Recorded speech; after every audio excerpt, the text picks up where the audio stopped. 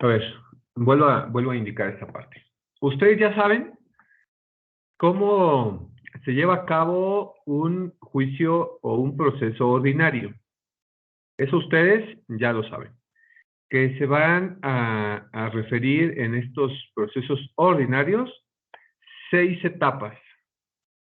Dentro de esas 6 etapas, nosotros argumentábamos y decíamos que la podemos ampliar tanto como ustedes quieran y que vamos a establecer pues todo este procedimiento, desde una etapa previa, una etapa expositiva, la etapa de depuración, la etapa probatoria, la audiencia de pruebas, la conclusiva de alegatos, la resolutiva, en su caso la impugnativa, la etapa ejecutiva, el embargo y el remate.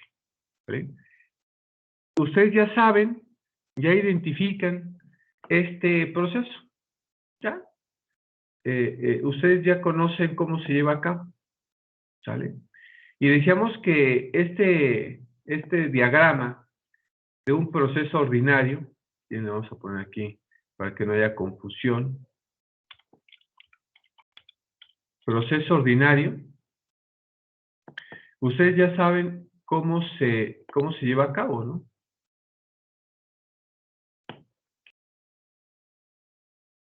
Esta parte ustedes ya la conocen. Decirles que si, porque vamos a ir viendo todos los diagramas de todos los procedimientos especiales. Decirles que si en estos procedimientos especiales que llevan esa especificidad o esa forma única de llevar a cabo un proceso, y en aquella explicación o aquella forma de llevar a cabo ese proceso, no refiere cómo debe de hacerse ese proceso, ese procedimiento o en esa parte, identifiquemos que para tomar en cuenta esa idea, si no viene dispuesta en el Código Procesal Civil, tomar en cuenta entonces cómo se lleva a cabo un proceso ordinario. Es decir, si no dice nada de cómo se van a llevar pruebas y cómo se van a desahogar las pruebas, bueno, no se preocupen, se deben de llevar exactamente tal cual deban de ser en un proceso ordinario.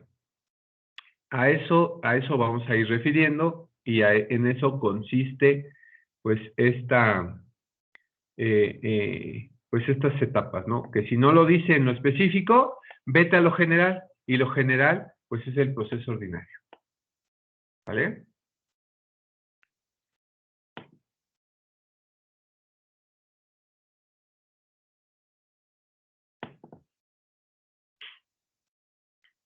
Para que quede clara esa parte.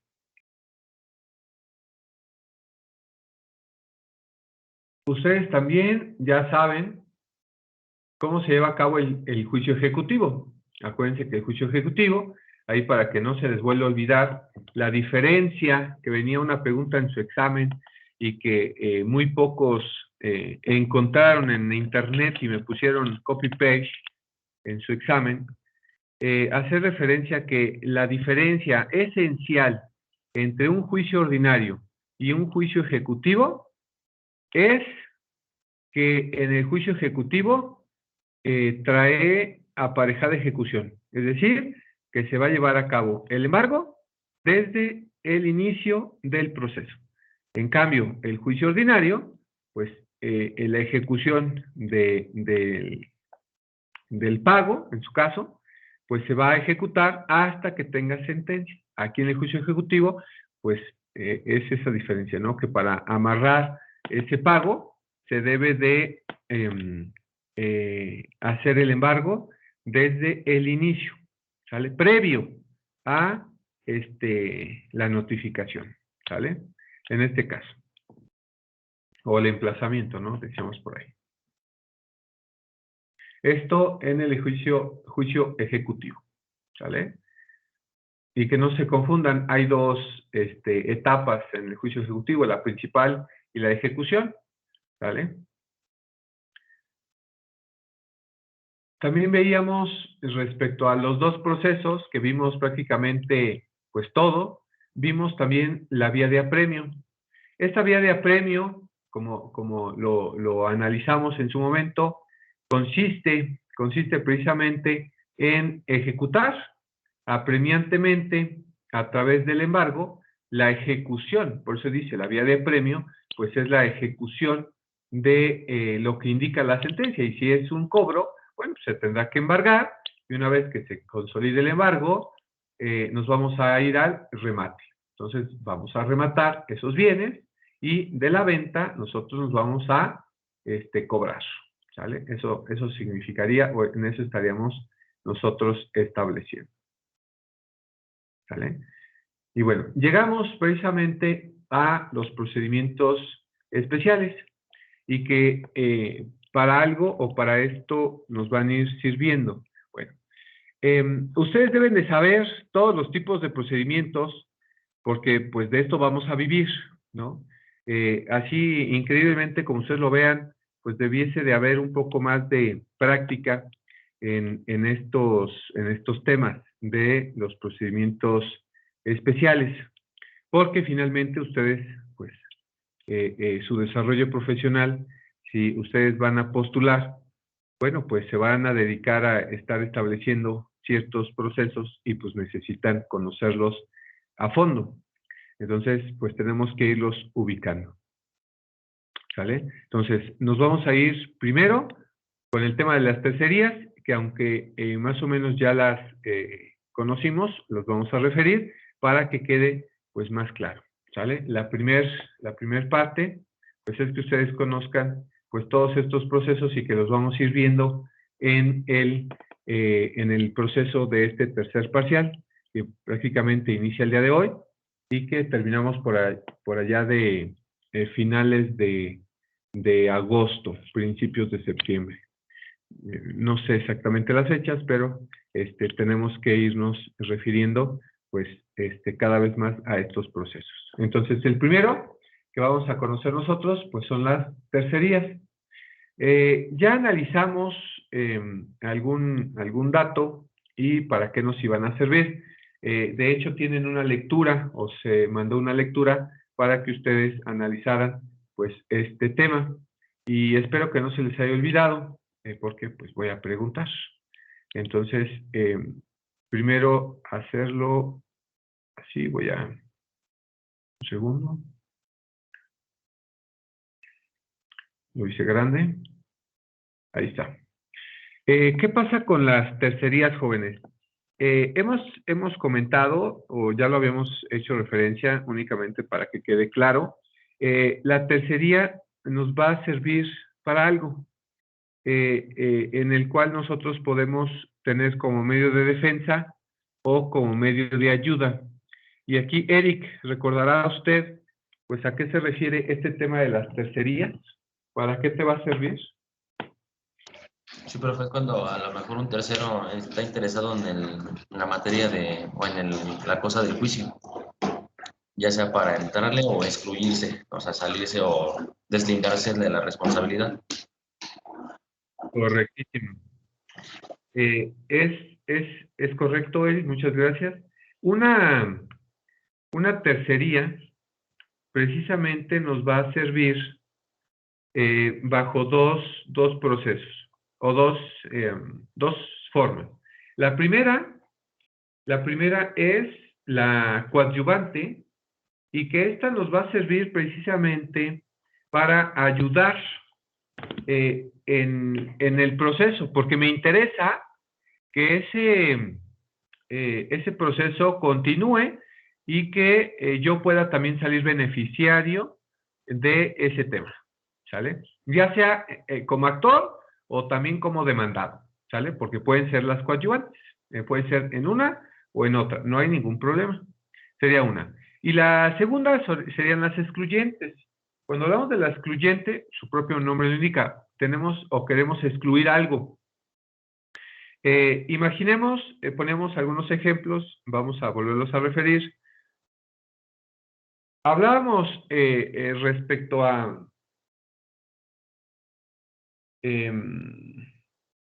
por ejemplo, un embargo, ¿no? Vamos a hablar de un embargo.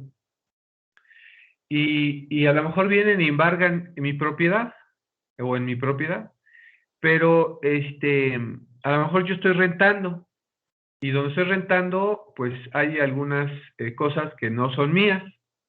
Entonces, en ese embargo, se van a llevar todo lo que encuentren, porque finalmente en ese momento, pues no voy a tener cómo acreditar, salvo casi que pegue yo las facturas de dónde son. La gente en nuestro país no guardamos nada, ¿sale? No estamos nosotros pendientes de guardar un ticket, una factura. Es más, ni pedimos factura, ¿sale? Entonces, imagínense la situación en la que vamos a comprometernos. Nosotros mismos, porque la gente no tiene cultura jurídica o fiscal. Haciendo referencia en Estados Unidos guardan todos los tickets de todas sus cosas porque en cualquier momento pueden solicitárselos. En nuestro país no. Tanto autoridades fiscales, autoridades administrativas, personas, nos viene valiendo. Si compramos algo, casi en ese momento tiramos el ticket, porque dicen, no nos sirve. No debemos de hacer eso, debemos de sacar nuestras facturas. Un ticket tampoco nos va a servir, debemos de estar facturando, pues prácticamente todo lo que nosotros compramos, de todo lo que nosotros adquirimos. Entonces, imagínense cómo es que comprometemos la seguridad y de las personas, ¿no? De nosotros mismos. Como abogados debiésemos hacer esta referencia cuando tenemos esas charlas, esas reuniones, decirles, familia, por favor, cuando adquieras algo, pues si no tienes cultura jurídica, pues empezarla a tener, porque nos puede ayudar, nos puede servir de todo. Entonces, tener esa práctica en cuanto a esos temas se refiera y que nos pueden ayudar, porque entonces, pues los vehículos no hay problema, ¿no? Son las únicas facturas que cuidamos como si fuera nuestra propia vida, porque finalmente atribuye el crédito, o bueno, la credibilidad de que es nuestro bien. Entonces, si embargaron un vehículo y yo lo quiero sacar del embargo, voy a solicitar a través de una tercera excluyente que pues a lo mejor ese bien no entre, ¿no? No entre en el embargo y que lo devuelvan a su propietario. Básicamente en eso va a consistir la excluyente.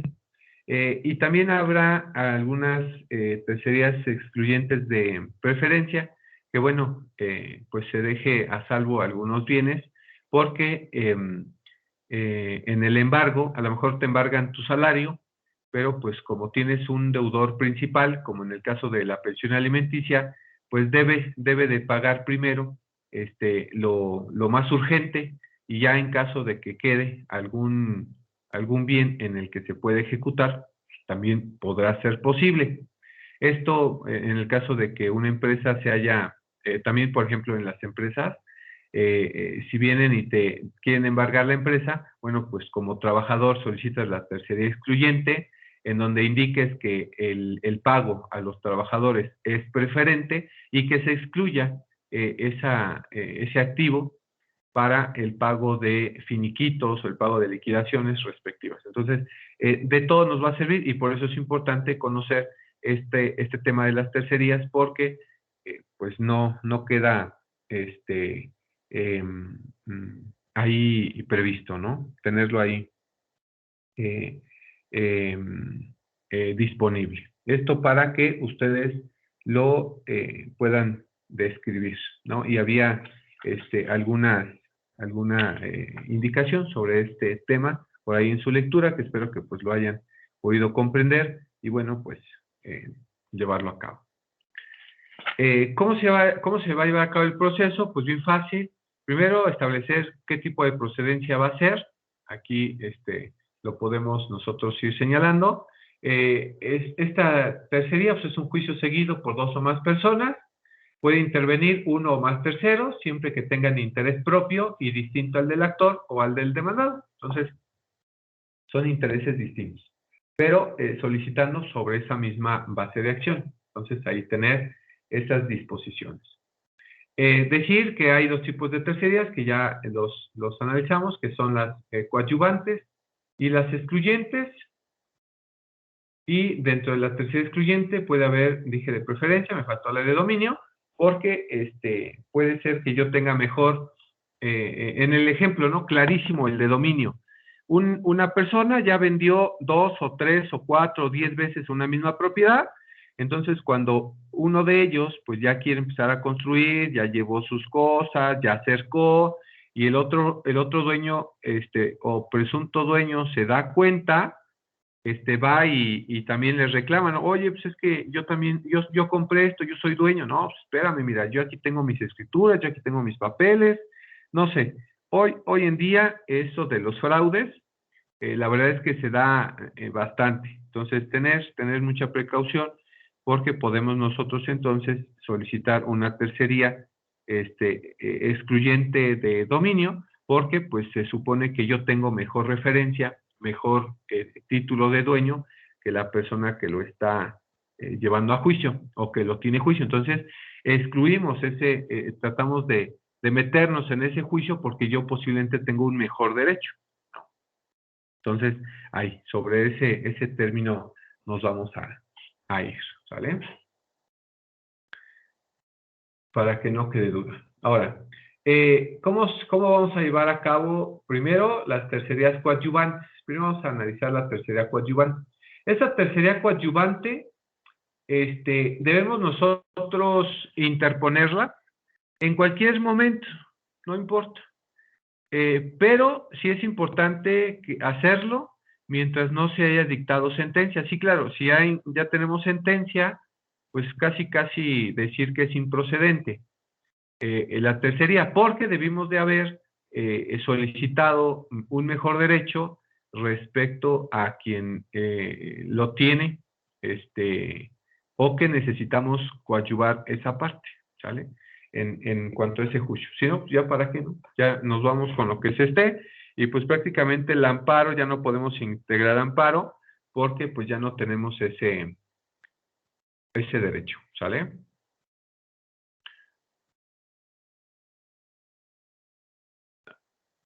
Ahí voy. Dice, derechos de los terceros coadyuvantes, en lo que decía, ¿a qué tengo derecho yo si ya estoy en la tercería? Bueno, pues ese tercero puede adherirse a las acciones del actor o excepciones del demandado, cuando pues tenga un interés jurídico propio, este tercero, y el derecho del tercero depende de la subsistencia del derecho del actor o del demandado. Entonces, mientras exista la demanda y mientras exista la acción o la excepción, pues yo puedo entrar en esa coadyuvancia, porque indiqué que puede ser coadyuvancia del actor o coadyuvancia del demandado. Ahí podemos entrar en estas dos.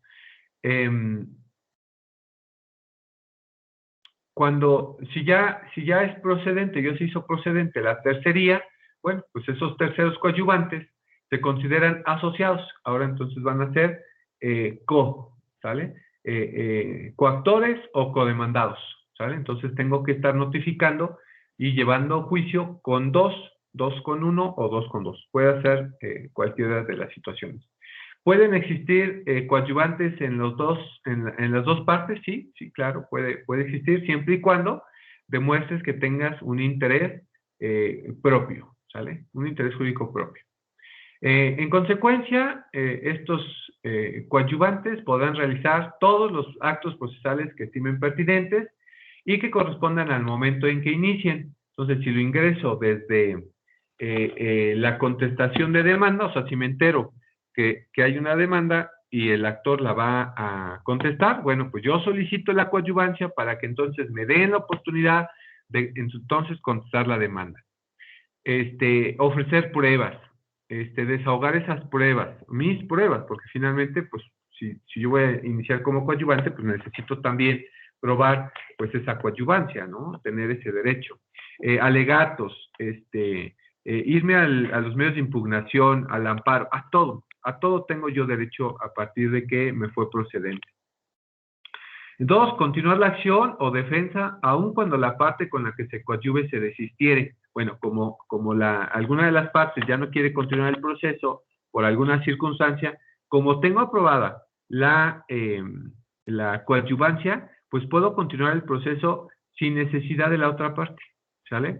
Porque a lo mejor se dio cuenta que no va a obtener mejor beneficio. Entonces se desiste, acuérdense que se desiste de la acción, entonces tú la puedas continuar, porque eres el coadyuvante. Y como dije, pues interponer cualquier tipo de recursos en contra de las resoluciones, ¿vale? ¿Cómo se va a resolver esta tercería? Bueno, pues el derecho que deduce el tercero coadyuvante deberá resolverse en la sentencia principal. Entonces, precisamente por eso es que estamos ingresando prácticamente desde el inicio o en el momento en que nos encontremos, en que nos dimos por enterados, siempre y cuando sea antes de emitir sentencia. Con el escrito inicial del tercero coadyuvante, cuando nosotros ya ingresemos la coadyuvancia, pues dice que se va a dar traslado a las otras partes para que dentro de 3 días expresen lo que a su interés convenga, ¿sale? Entonces, pues vamos a mandar traslado de la petición del coadyuvante para, antes de que el juez determine si es viable la coadyuvancia o no, pues le va a dar vista al contrario o a todas las demás partes, tanto al que vamos a coadyuvar como al contrario, a la parte contraria, para que manifiesten lo que a su derecho corresponde, ¿sale? Ahí se va a manifestar para pues que ellos también manifiesten, ¿no? Si es o no es. Finalmente, es importante esta parte donde se le determina que vaya y que indique lo que a su derecho corresponda, pues para que el juez pueda determinar si es posible o no es posible esta coadyuvancia, ¿sale? Finalmente, nada más es como para, a ver, pídele su opinión a las partes para que ellos indiquen, pues, a qué se refiere. Aquí vamos a detenernos porque vamos para no terminar de ver la coadyuvancia, bueno, la tercería coadyuvante, porque aquí se vuelven a unir el mismo proceso en la excluyente. Acabamos de ver cómo se tramita una tercería coadyuvante, ¿sale? Que va a ser como si ingresemos a el proceso, ¿sale? Como si fuéramos parte. Bueno, ahora vamos a ver las tercerías excluyentes, ¿sale? En la parte inferior vamos a ver cómo se llevan a cabo las tercerías excluyentes. Están en en esta misma línea, en el mismo sentido, aquí donde empieza la coadyuvante, pues también empieza la excluyente. ¿Por qué? Porque pues ya dependerá de ti si va a ser coadyuvante o excluyente, lo que tú determines para llevar un mismo proceso. Las terceras excluyentes pueden oponerse en cualquier etapa del juicio. Igual, exactamente lo mismo. Algo sí específico, dice, si son de dominio, hasta antes de que se dé posesión de los bienes a la parte. O sea, el que sea una tercera excluyente, hablábamos del excluyente de dominio, sí hace referencia de la amplia posibilidad de que cuando vayamos nosotros a integrar esta tercera excluyente, sea antes de que se dé la posesión de esos bienes que en derecho pudiese corresponder a las partes, ¿no? Porque acuérdense que vamos a excluir ese bien. Entonces, si tú no ingresaste esa tercería excluyente antes de que se den posesión de los bienes, porque la posesión es dársela, prácticamente ya se la estamos entregando a quien tiene mejor derecho. Pero si llega un tercero excluyente de dominio, él va a decir, no, a ver, espérame, ese bien me corresponde a mí por tener mejor derecho. Entonces, ahí refiere esa situación. ¿Sale? Y si son de preferencia, mientras no se haya hecho el pago. Sí, o sea, si son de preferencia para que se les pague a este tercero excluyente y ya se pagó, pues ya, ¿para qué le ingresaste? ¿Sale? Si es previo al pago, entonces sí tenemos razón de ser de que sea el hecho, ¿no? El ingresar esa tercería excluyente de pago, ¿sale? ¿Cuáles van a ser los efectos de la tercería excluyente de dominio y la de preferencia? Bueno, la de dominio, el efecto de ingresar, de solicitar esta tercería excluyente, pues el juez en que se interponga continuará hasta antes del remate, suspendiéndose el procedimiento hasta que se decida la tercería. Para el caso de que la tercería se interponga después de fincado el remate o adjudicado el bien, pero antes de que se dé posesión del mismo, se suspenderá la entrega hasta en tanto se decida la tercería. ¿Sabe? Entonces, esta tercería excluyente, hablando de las tercerías excluyentes, es un mini juicio, va a ser como un mini juicio, va a ser por cuerda separada, porque finalmente estamos resolviendo un interés fuera de lo que es el principal, no tiene nada que ver, aquí no estoy haciendo referencia, oye, estás embargando algo que es mío y que no pueda, o estás entregando algo que tengo mejor derecho a las soy partes, ¿no? Por eso lo hacemos de esa forma. Si es excluyente de dominio, si es de preferencia, bueno, si la tercera es de preferencia, el juicio continuará hasta la enajenación de los bienes, suspendiéndose el pago, hasta en tanto se resuelva la tercería. Entre tanto, se depositará el precio en el juzgado. Entonces, como no sabemos a quién pagarle, y como hay una tercería, entonces, bueno, pues, tenemos que preservar tanto el bien como el pago, ¿sale? Entonces, ahí tener muchísimo pendiente respecto a esta situación. Aquí, en su caso, estoy hablando, si nos vamos, por ejemplo, a un juicio ordinario, que hubiese sido un juicio ordinario, estamos hablando de que aquí no nos dice la excluyente que deba de ser antes de sentencia, ¿no? Aquí puede ser hasta existir ya la sentencia, el embargo, el remate, pero sí te explica que no se dé en posesión del bien o que no se haya pagado. Entonces, ahí tener como esa cosquillita donde saber nosotros integrar una tercería, porque pues, se nos pudo haber ido todo el proceso, pero lo podemos integrar en su momento procesal oportuno, ¿sale? Ahí se refiere. Dice, título para la procedencia de la tercería excluyente. Dice, con la demanda de tercería excluyente, deberá presentarse el título en que se funde, sin cuyos requisitos se desechará de plazo. Entonces, es uno de los requisitos para nosotros solicitar la tercería excluyente. Pues si yo digo que se debe de excluir ese bien, o ese pago, pues debo de ingresar ese título que con mejor derecho tenga para poder solicitar la tercería. Si no la ingreso, me van a tener por improcedente, me van a desechar. Como indiqué, las tercerías excluyentes se van a tramitar por cuerda separada. Bueno, estas se van a sustanciar por cuerda separada conforme a las reglas del juicio ordinario.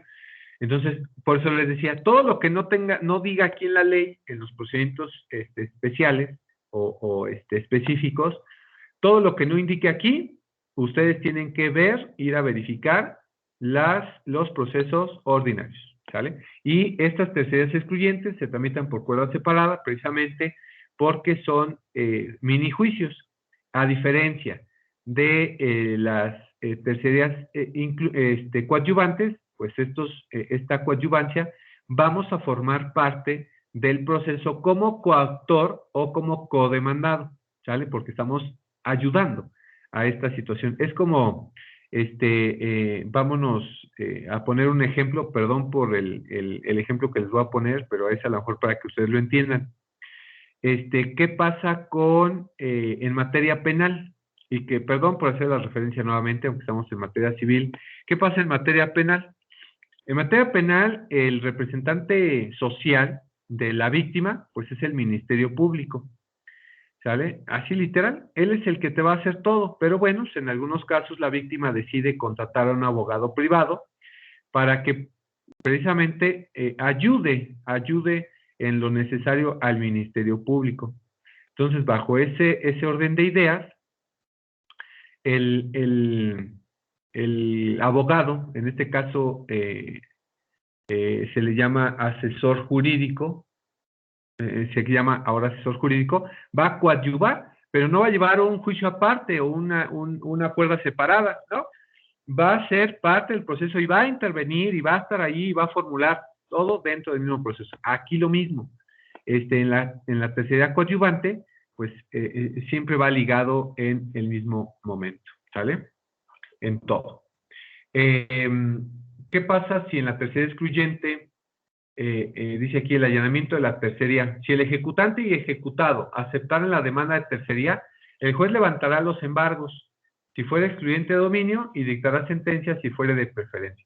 Entonces, ahí está. Esto, acuérdense, para la vista que le tenemos que dar a las partes para que estén conscientes de que hay una tercería excluyente o coadyuvante. Acuérdense que se le da vista para que manifiesten lo que su derecho corresponda. Si en esta excluyente aceptaren esa tercería porque demuestra el título y es viable, bueno, pues levantará los embargos y si fuese de dominio, dictará sentencia si fuere de preferencia también, ¿sale? ¿Qué pasa con la falta de legitimación en tercer excluyente dominio? Es decir, acuérdense, ¿qué es la legitimación? A ver, por ahí, Jesús Ulises, ¿qué es la legitimación? Que tienes algún interés jurídico en cuanto a la controversia. Es correcto. Acuérdense que para poder, gracias Ulises, acuérdense que para nosotros solicitar una tercería tenemos que demostrar que tenemos ese interés jurídico propio. Eso es la legitimación. Y entonces, si nos hace falta, bueno, pues nos dirá, es improcedente la tercería excluyente de dominio si el promovente consistió en la constitución del gravamen o derecho real en garantía de la obligación que se reclama. ¿Vale? Entonces, en esta parte de la legitimación, si el tercero excluyente refiere que ese bien es propio, pero, allá a lo mejor en la forma de constituir la deuda, se dispuso que ese bien entraba dentro de la garantía para garantizar el pago, aunque sea de ese tercero y que ese tercero firmó, pues ahí no puedes decir que hay una tercera excluyente, hay una falta de legitimación porque en el proceso se indicó. Por eso, jóvenes, de todo esto nuevo que vamos aprendiendo día a día, necesitamos nosotros hacer referencia respecto a ir como, voy a decir esta palabra que a lo mejor no debiese de ponerla, pero sí es importante. Si nosotros vamos viendo en los procesos que puede haber algunas inconsistencias o que nosotros podamos ir como limpiando nuestros procesos, pues aquí te está indicando una falta de legitimación. Entonces, cuando tú hagas un contrato de préstamo, cuando tú hagas un pagaré, pues atribuye un documento, decían por ahí, he visto en el Facebook, voy a prestar dinero, pero quiero tener asegurado el pago. ¿Cómo le hago?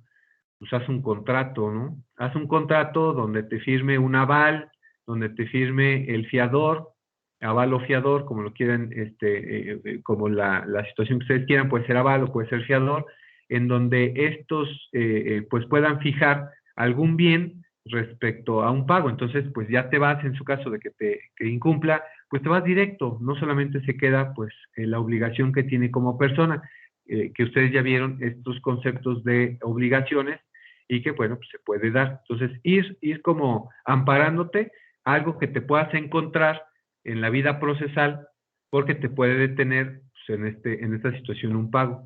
Entonces, tener ahí armas para ir resolviendo en un futuro, pues todo lo que te pueda ocurrir. Entonces, ahí está un tip. Si tú quieres consolidar el pago y que no te metan una tercera excluyente de dominio, pues refiere que ese bien es el que se va o con el que se va a asegurar pues el pago, ¿no? de la deuda. Y que pues en dado caso que no sea de él y que sea de un aval, pues hacer esa referencia, ¿no? De que finalmente el aval firmó como aval y que, bueno, pues debe de llevarse a cabo. Es que yo soy otra persona. Bueno, sí, pero hicimos referencia y tú firmaste porque fuera así. Entonces, tener esas garantías, em, em, como ese dictamen previo a que pues te pueda llegar una sorpresa de una tercera excluyente, porque eso es lo primero que pensamos, es que ese bien es mío y no es del deudor. Ok, y para eso el abogado tuvo que blindar esa parte de poder cobrar. Entonces yo creo que pues tuvo a bien pues tener este dato, ¿no? Entonces ahí tengan muchísimo cuidado con este dato, ¿no? Que podamos hacer esta referencia. Y bueno, vamos a terminar con este proceso de las tercerías, y precisamente se terminará con el llamamiento de los terceros a juicio. Ya, aquí se unen los dos procesos, pueden seguirse en cualquiera de los dos. Las partes podrán pedir que un tercero sea llamado a juicio para que le pare perjuicio la sentencia en los siguientes casos. Entonces, nosotros mismos también pudiésemos en el momento de las tercerías, pues llamar a un tercero. Primero, cuando se trata de deudores de obligación indivisible, siempre y cuando el cumplimiento de la obligación sea de tal naturaleza que no pueda satisfacerse solo el demandado. Bueno, aquí, ¿qué pasa si yo soy codeudor con una persona? Bueno, pues ya llevando el proceso, debo de llamar a un tercero para que coadyuve en el juicio, ¿no? En este caso, porque somos demandados, no soy el único. Entonces yo puedo traer a alguien como a un tercero al juicio, porque pues yo no voy a poder cumplir con la totalidad de la deuda porque soy codeudor, ¿no? Puede ser. Dos, cuando se trate de tercero obligado a la evicción, en este caso el tercero, una vez emplazado, se convertirá en demandado principal. Acuérdense, ¿de qué hablamos de la evicción? Recordarán aquellos temas de obligaciones. ¿Qué es la evicción? A ver, por ahí, ¿quién me ayudará? Cassandra, que es la que veo en pantalla. ¿Qué es la evicción?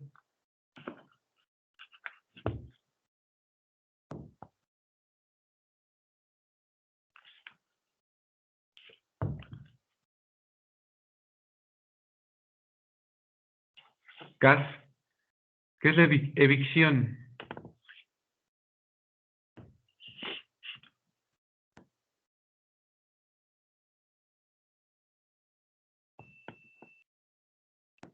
¿No? Osvaldo, Jaca, ¿qué es la evicción?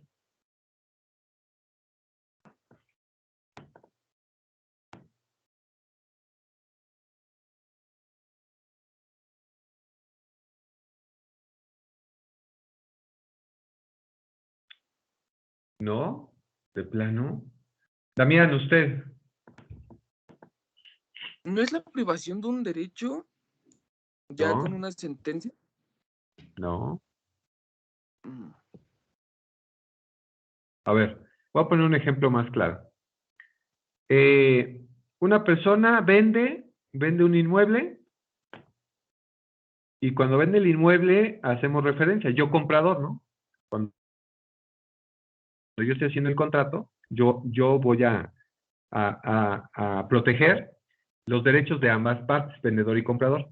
Por la parte del comprador, debo de prever que en su caso haya algún vicio oculto, cualquier tipo de vicio oculto, el vendedor responda de la evicción, o sea, de cualquier daño que pudiese tener ese bien respecto pues el derecho que tiene como vendedor, y ahora pasarle a esa parte. ¿Qué quiere decir? Un vendedor vende un inmueble. Ese inmueble a lo mejor tiene por ahí un vicio oculto respecto a sus documentos, y que a lo mejor ya lo vendió o no es de él o alguna situación. Entonces, cuando este nuevo comprador pues decide vender o decide hacer algo sobre de esa nueva propiedad que adquirió, supongamos que la quiere vender y la vende. Ahora este nuevo comprador se vuelve en vendedor. y se lo vende a otro tercero.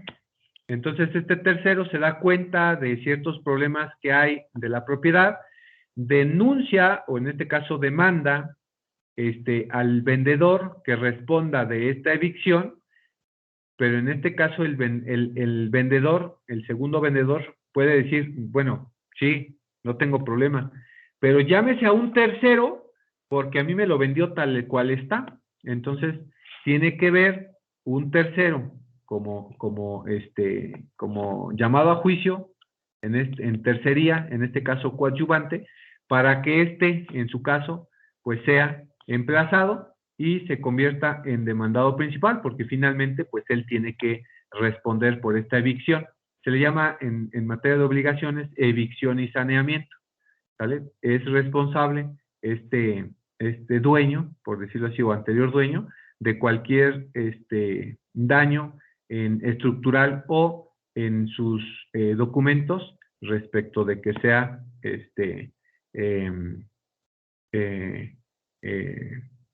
legal su bien, ¿sale? Pongámoslo así. Número 3, si el fiador, vamos a llamar a cabo a juicio al fiador respecto del deudor principal y los cofiadores, siempre que en este último caso no se haya renunciado al beneficio de orden y de división. También materia de obligaciones.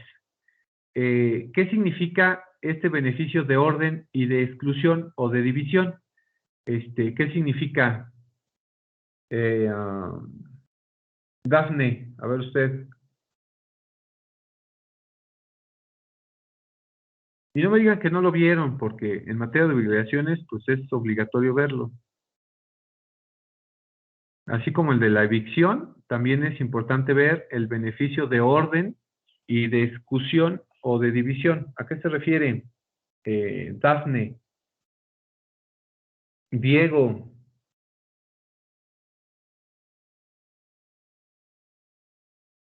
Gali. Magali. No, porque la verdad no me acuerdo de haberlo visto en obligación. Miren, lo que va a pasar es que para el tercer parcial el examen sea oral. Porque pareciera que ustedes sacan 9 y 10 sin saber nada. Estefes. Profe, que van a estar en la otra clase. Es que ya son las 8:04. Ah, discúlpenme. Cuídense mucho. Nos vemos próxima semana. Oiga, profe. Hasta luego, profe. Profe. Un segundito de amistad, espérame. Dale, profe, excelente día.